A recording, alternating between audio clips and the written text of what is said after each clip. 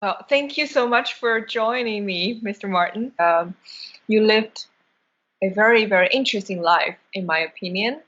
You are both a musician and also an educator. You're a philosophy professor, and later on, you also created your own conservatory of music. Um, I just wonder, with all you know, all the different kind of responsibilities, what actually motivates you to pursue everything that you are doing? Well, I think the only thing I can say is I just find so many things interesting. I mean, maybe the most important role I think I have is as a husband and father and grandfather, right? I mean, as a child, but my parents are no longer alive. But now, and I think that role is the most important and the deepest, I guess.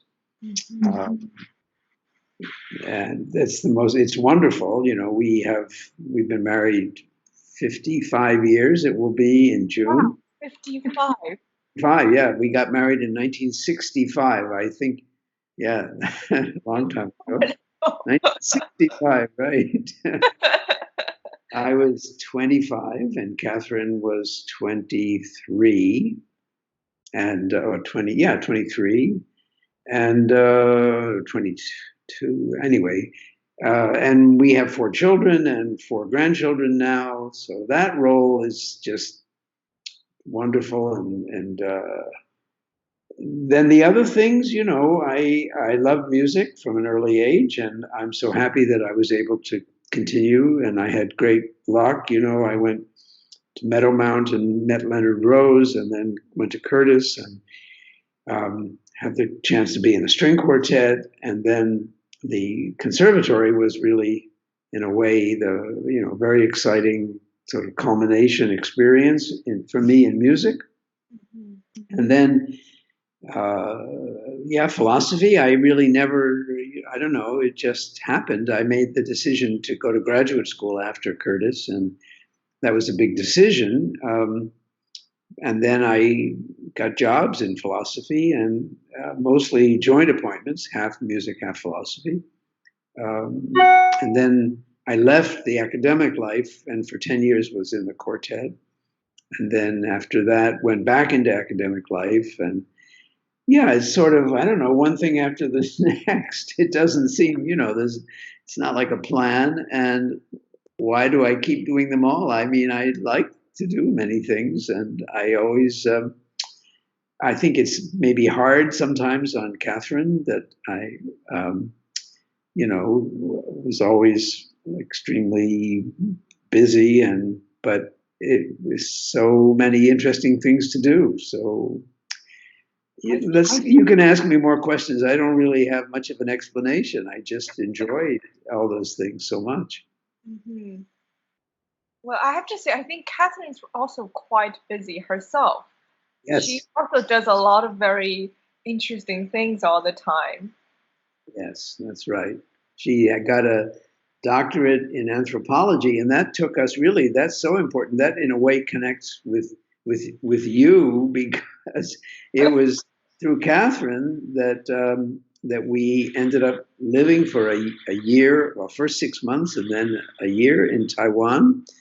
In when she did field work in the 70s. In those days, there was no chance to go to mainland China, but she studied Chinese, and that experience. Then later, when well, these connections of events. Then our oldest son, who was 4 years old when we lived in Taiwan, then he ended up marrying a Chinese woman, and then we went with them to China after they got married, and of course Catherine's interest long continued, and that kind of led me to an interest in China. And when we started the conservatory, actually, it was Catherine who introduced me to Wei Gong Li. We went to a. She said, "Oh, that quartet is in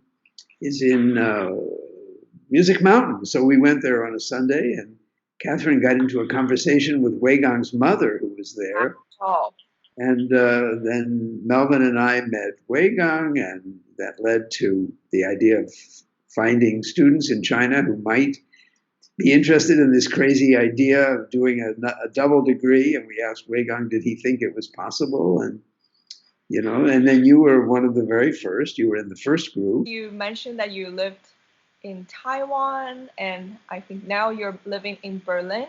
Yes. So my next question is that since you actually experienced so many different culture, you traveled and lived everywhere. What are some of your thoughts on the growing fear nowadays? With maybe migrants, immigrants, refugees. Um, what do you think? Do you still feel it is probably optimistic?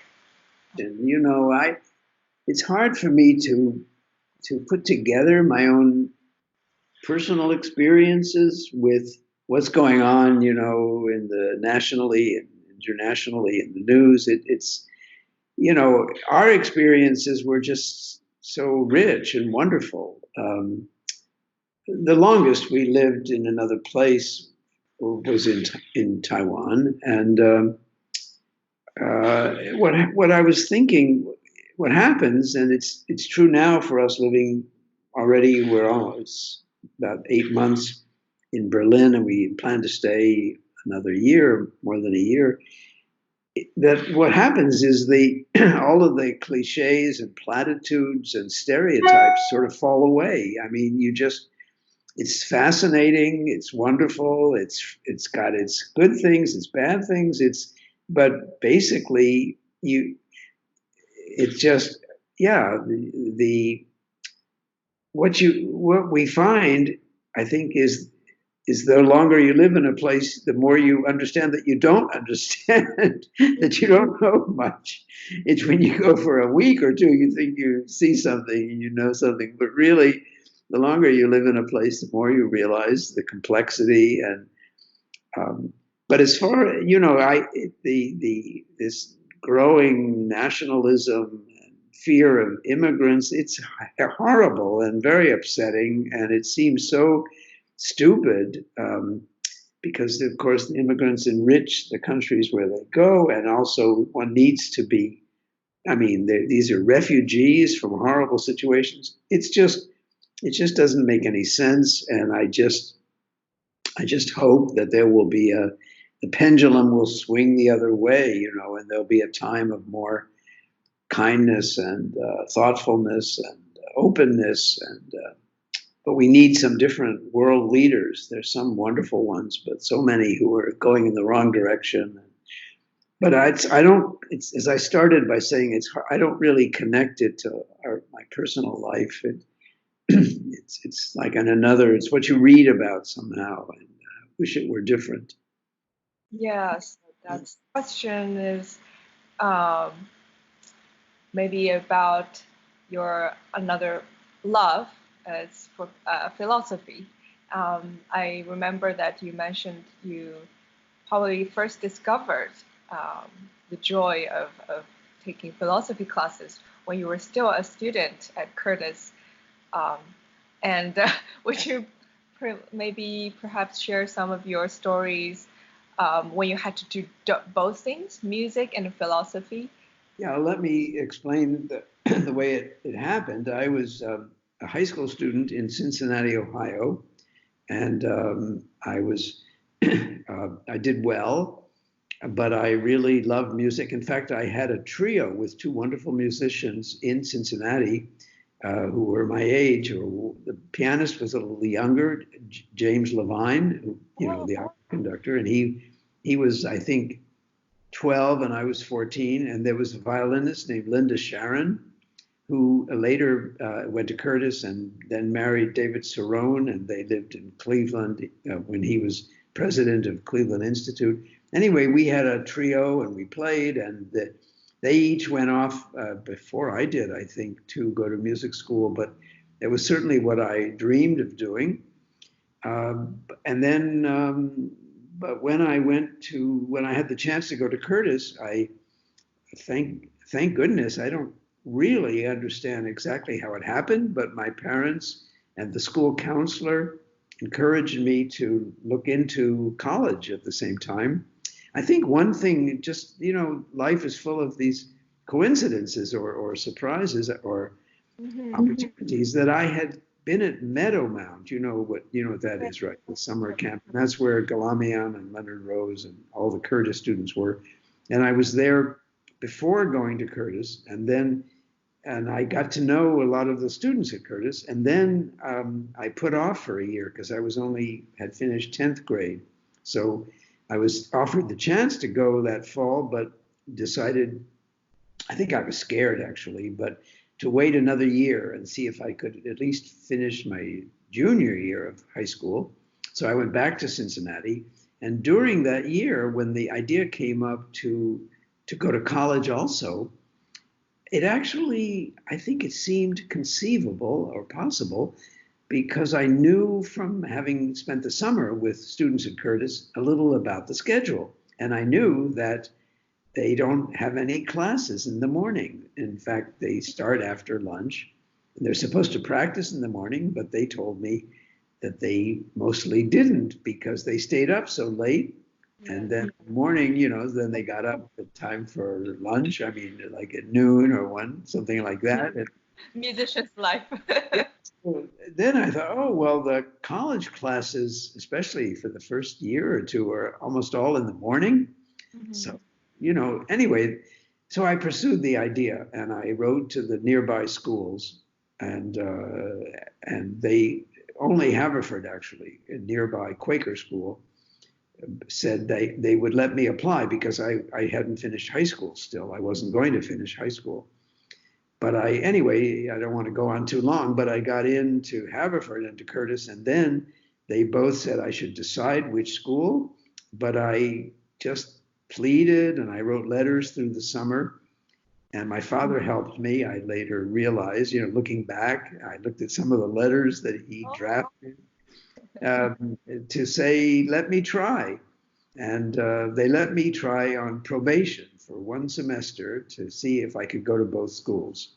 And so I went there, and I was so scared that, because I had made a big fuss about it and they let me try, that I probably worked harder than anybody ever worked in the history of the school.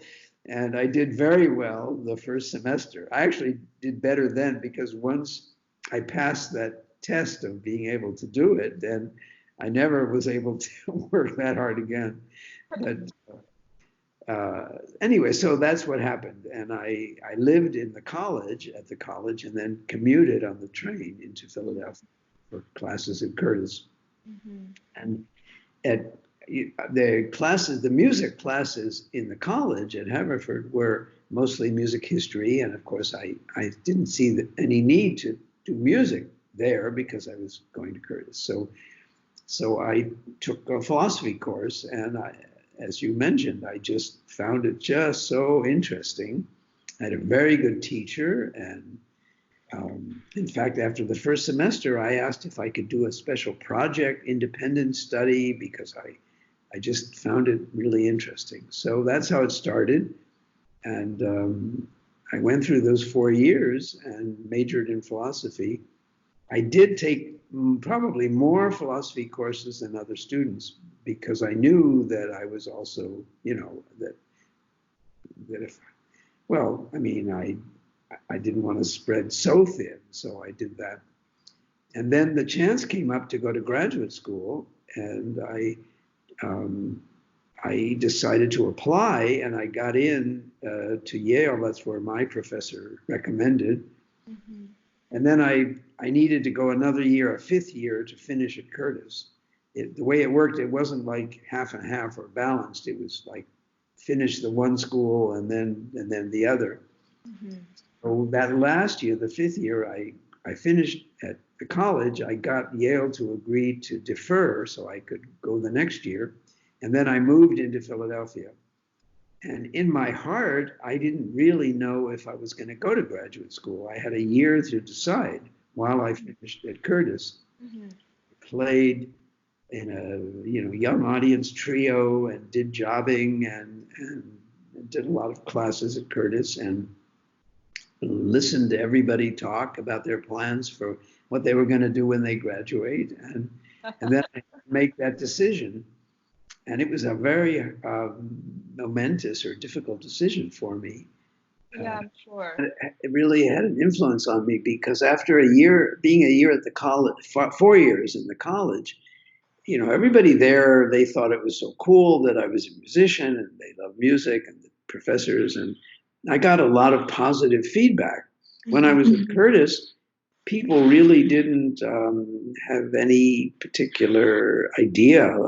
I mean, I don't want to sound critical, but they were really not interested, most of the other students. The one exception was Richard Good, who lived across the street from me. We were very close.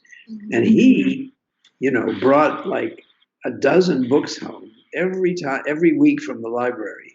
And they would be piled up next to his bed, and books on every subject, history and art history and philosophy and literature and novels, and he read voluminously. So he was an exception, but many of the other students, just really didn't seem interested in other subjects, and so I found it, frustrating, or at least I would say I noticed the difference, and always in the back of my mind, I knew I had this opportunity to go to Yale starting the next September. So that was the decision. Also, I remember you mentioned that I think you were schoolmates with Mr. Peter Serkin. Yes, he was 7 years younger. So when I started Curtis at 17, he was 12 then. Oh, yeah, no, 10, I guess. Yeah, he was 7 years younger, so he was 10.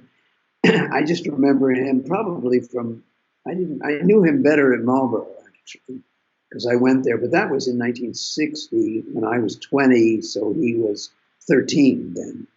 Wow. And I knew him, and we played together. We played a Haydn trio, and we were coached by his father, and that was really wonderful. And we played Webern piano quintet, actually, that early Webern. How was it like when you had to play in the same trio with Peter, and also your coach or his coach was actually his father? That was very, a special experience.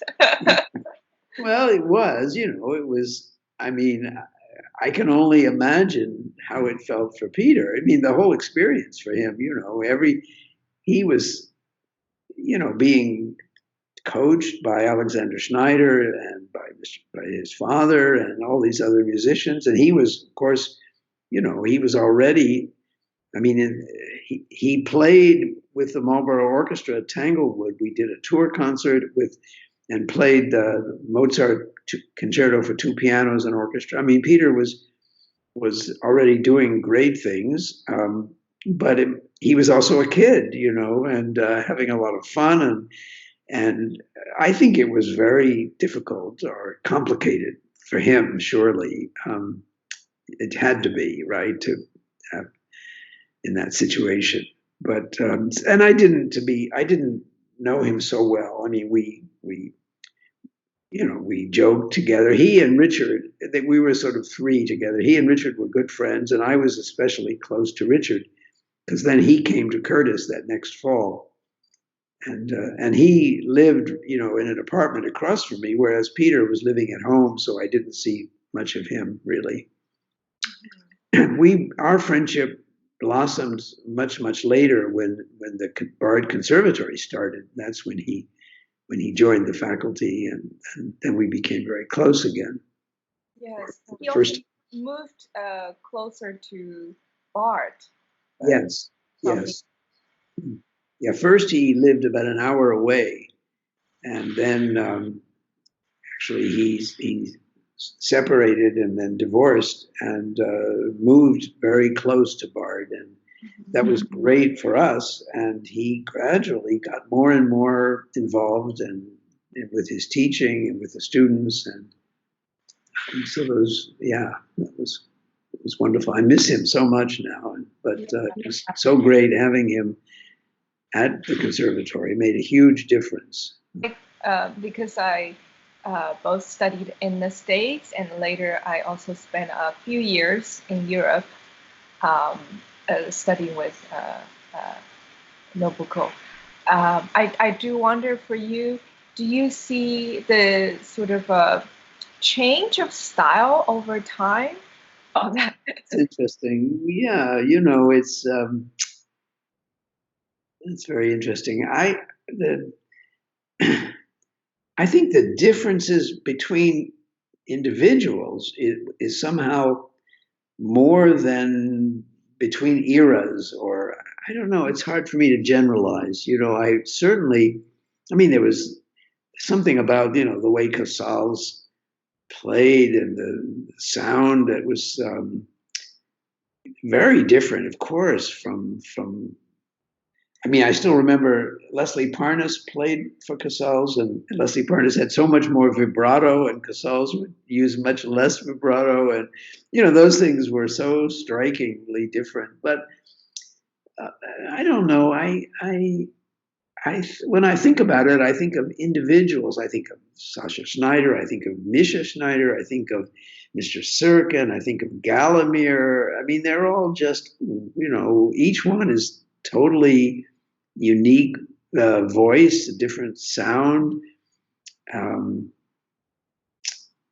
But there were always people who seemed sort of superficial and also people who seemed sort of deep. And I think it's the same way now, right?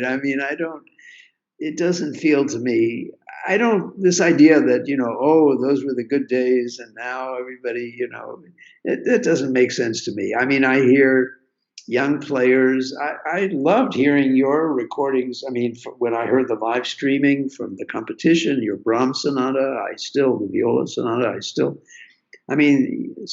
I don't think that, yeah, there's just, you know what I mean. So perhaps I was having this kind of questions in terms of because music come from Europe originally, or the music that we play more often, Bach, Mozart, Brahms, and I think 20th century was such a big shift. All of a sudden, because of war, music was sort of introduced to other continents, such as U.S. And I wonder, maybe the reason why people probably were a bit more different in 20th century was because they came from completely different countries. They had different trainings, whether it was Russian or German style or French style, and they had to leave their home countries and they settled down in a different place. So I guess now, because everything is very, relatively speaking, more unified because of internet. To so many different styles. Yeah, I think that's certainly true. Somebody, especially at the formative years, a young person might have been, trained, let's say, in Germany or in France, and until they were maybe 25 or 30 years old, they would be in basically one place, and really maybe only hearing occasional things on the radio or something. I'm sure that's right, but that's only for the good. That's true of knowledge generally. Everything.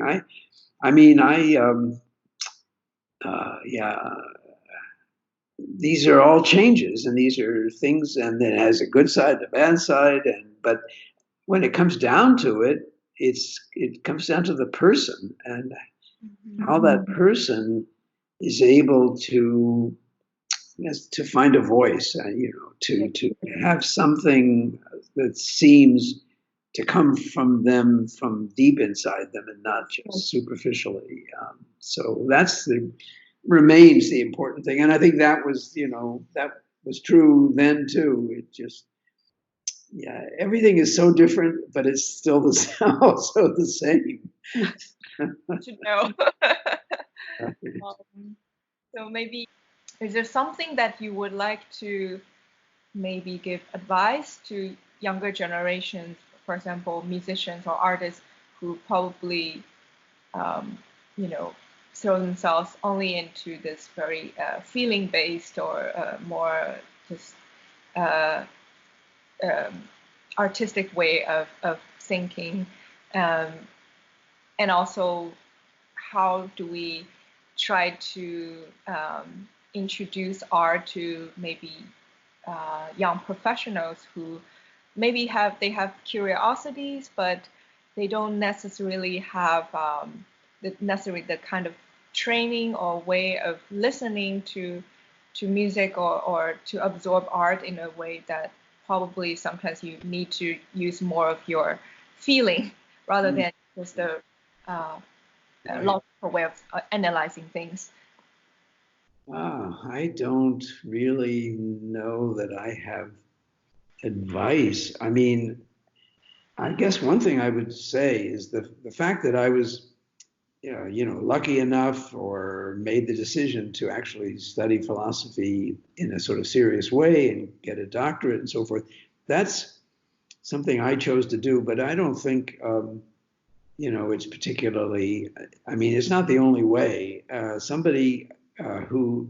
My advice to any young person is to, read widely and keep sort of help. I don't know what's the right word. It's like nourish your interests in other things.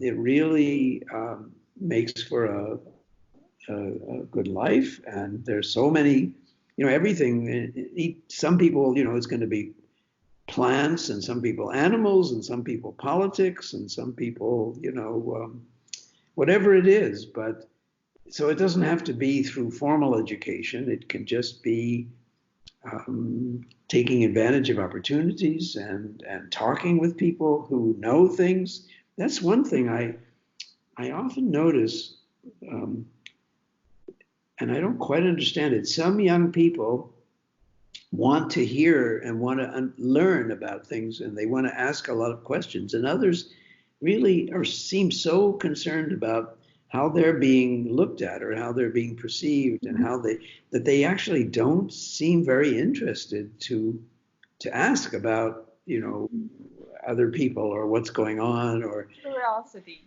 yeah. And Yeah, it's fear. that's a mistake. That's a mistake. That's just, it's like it's like going to a good restaurant and not trying the food. I mean, it's just you know, and I think it probably comes. Well, let's put it this way: to the extent that it comes from sort of self-consciousness, or then it should be resisted, right? I mean, it's because it's like not. It's like going to a building and not going into the rooms, not opening the doors, right? Right. So that would be my advice: is to open the doors. I mean, look around. There's no one way, but just again, that picture that I have from growing up of Richard, who just, and in those days, he wasn't buying books. He had a library card, and he would literally come back with a stack of books every week, and then read them, and then go back and get another stack. And I mean, that's really, and that of course makes for being a better musician. Also, I really do believe that. I, um, but optimism, yeah, I'm lucky. It partly comes from sort of what you're born with, but I also, around me were like my parents, my father especially, was so wonderful in having confidence in me and my brother, and I think that's an enormous gift that he gave, and so that's something one can think about for that. And it doesn't mean just if you're children, if you have children. It means let me say it this way, that how we see ourselves depends so much on the people around us and how they look at us.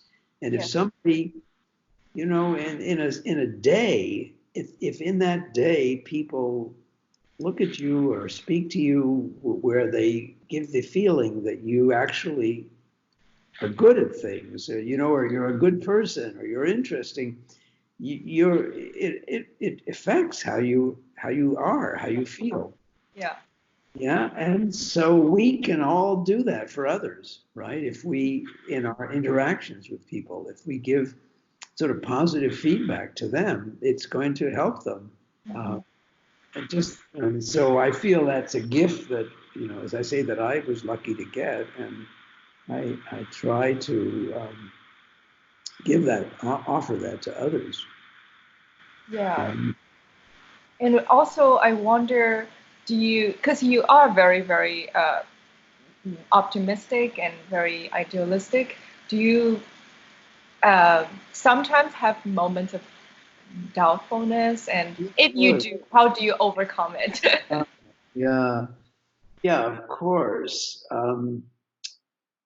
It's often in the middle of the night, like 3 or 4 in the morning when you wake up, and you think there are things that you think you've sort of not been looking at honestly, and suddenly, oh my God, I've certainly had those things.